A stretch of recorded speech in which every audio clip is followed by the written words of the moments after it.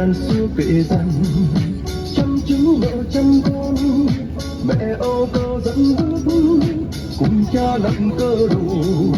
rồi bà đi đâu cầm gần nỗi nước non,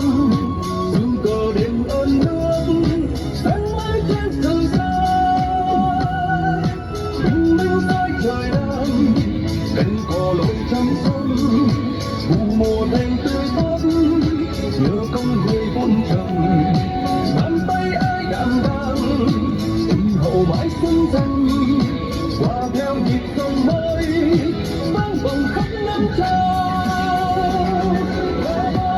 Những người phụ nữ Việt Nam